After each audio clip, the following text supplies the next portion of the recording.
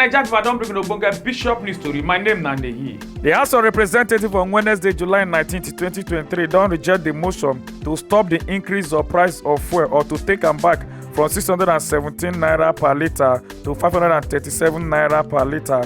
As they come here and say why they not fit stop the increase of fuel, they say they don't set up committee where they touchlight the increase of fuel. As some Nigerians they come they provoke, they give them. Say they not go try stop the increase of fuel. Say because them they enjoy for the increase of fuel. For on top this video, where one Nigerian man waiting for inside Lagos come they show as road empty for inside Lagos State. He say because of the way we say price of fuel don't increase where and people will say they get motor. You not fit buy fuel to put for inside their motor to drive am. Say because fuel price don't high where. As one other lady one name became it don't come out come show this video. As plenty Nigerians that they trek they go back their house after work. Say because they not see motor to enter yesterday July 19th, 2023.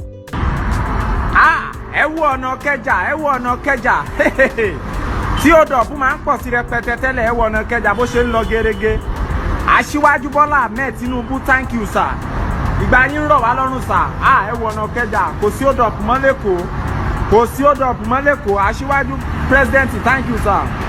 The Labour Party presidential candidate wey im name be Peter Obi yesterday, Wednesday, July 19, 2023, don celebrate im 62nd birthday with over 18,000 displaced persons there for inside different IDP camp wey dey for Mongu local government area of Plateau State. Plenty Nigerians don dey provoke dey vex because of the hardship and suffering and some other All Progressive Congress supporters wey be dey stand on the mandate of President Bola Ahmed Tinubu. Say they not stand again o say na sit down they don't go sit down na say because the pain don too much well after we dey come see say dollar again don come increase well as naira now don be 793 naira per dollar.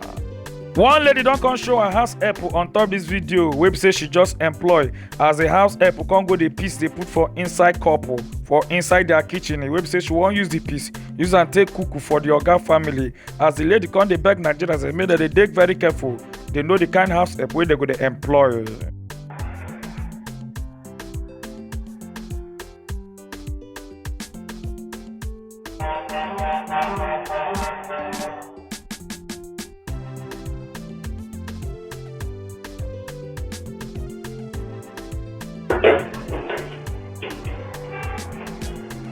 Justice Bolo Krumo M. Ugo wey be one of the justices wey dey sit down on top the presidential election tribunal case don come put biro for paper say im don resign and im not do again say because im no wan take side to any political party on top this tribunal case say because na death to Nigeria democracy as im come yarn say im no go keep quiet about am at all. Say because they wan try bribe am making rule in favour of one political party candidate. As plenty Nigerians they don come shocktalize come dey ask question say make judiciary say make dem not try do magomago on top the judgment of the court case say because court na hope of a common man. The Nigerian Economic Police talk person wey im name is CSP Olumiyo Adejobi don come dey talk about this video wey be say some university students dem dey do their switch day wey make some male students dem come dey wear female students their clothes to come dey celebrate the day. As CSP Olumiyo Adejobi don come out come dey yarn say he go take action on top this video and also he go give him own personal advice.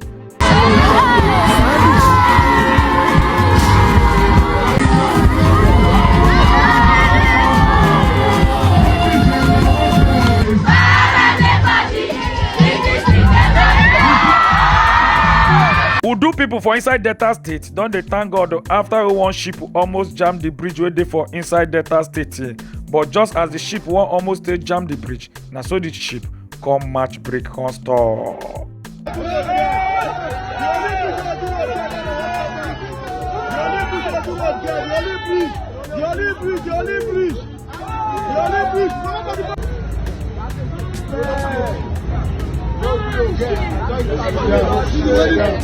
The Economic and Financial Crime Commission don carry some Yahoo boys dem as court to come jail 4 of them for inside the state high court wey dey for inside Benin City, Edo State. Na im dey jail dem as EFCC come talk say dem arrest 33 Yahoo boys dem for inside Benin City and dem yarn dis talk on top their social media on Tuesday, July 18, 2023.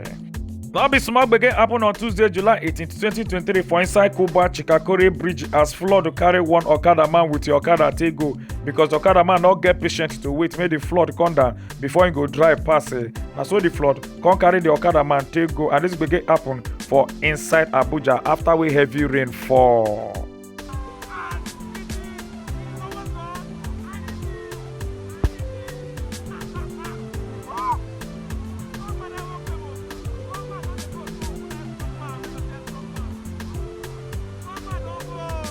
After that, I don't go.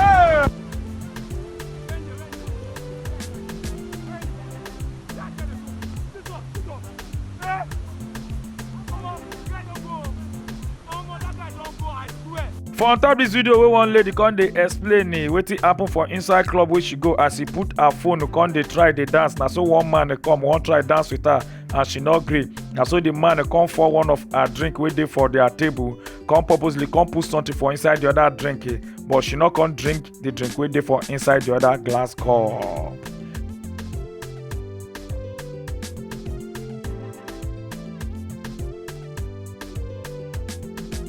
I did not know that he had put something in my drink. I just watched the video back today and I was like, oh my god, I did not see that this had happened.